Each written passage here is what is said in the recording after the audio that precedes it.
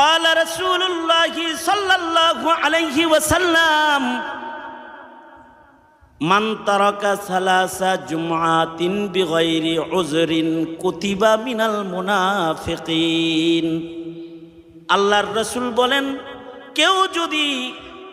কোন ধরনের ওজর ব্যতিরেকে লাগাতার তিনটা জুমার নামাজ কেউ যদি বর্জন করে লাই, কোনো ধরনের ওজর নাই, ওজরে মাকুল সারা ঐচ্ছিক ইচ্ছাকৃত কেউ যদি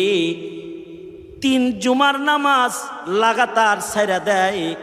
তো আল্লাহ তাআলা তার উপরে এত গুসা আর রাগ হয়ে যায়